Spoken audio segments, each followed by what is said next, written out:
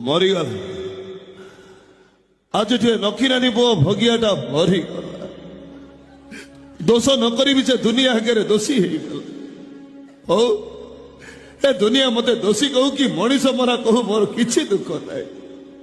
ହେଲେ ଯୋଉଦିନ ମୋ ବାପା ଭଲ ହେଇ ମେଡିକାଲରୁ ଫେରିବେ, ଆଉ ମୋ ଘର ବାରଣ୍ଡାରେ ଠିଆ ହେଇ ମତେ ଡାକିବେ, ଏ ଭଗିଆ, ସେଦିନ ମୋ ଜୀବନର ସବୁ ଦୁଃଖ ଦୂର ହେଇଯିବ।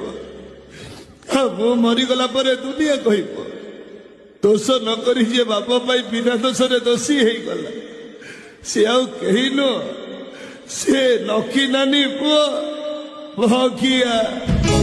ଆଖିରୁ କାହାର ଲୁହ ଝରି ଗଲେ ତାଖି ହୁଏ ଅଦା, ଭଲ କାମ କଲେ ଭୁଲ ହେଇଯାଏ।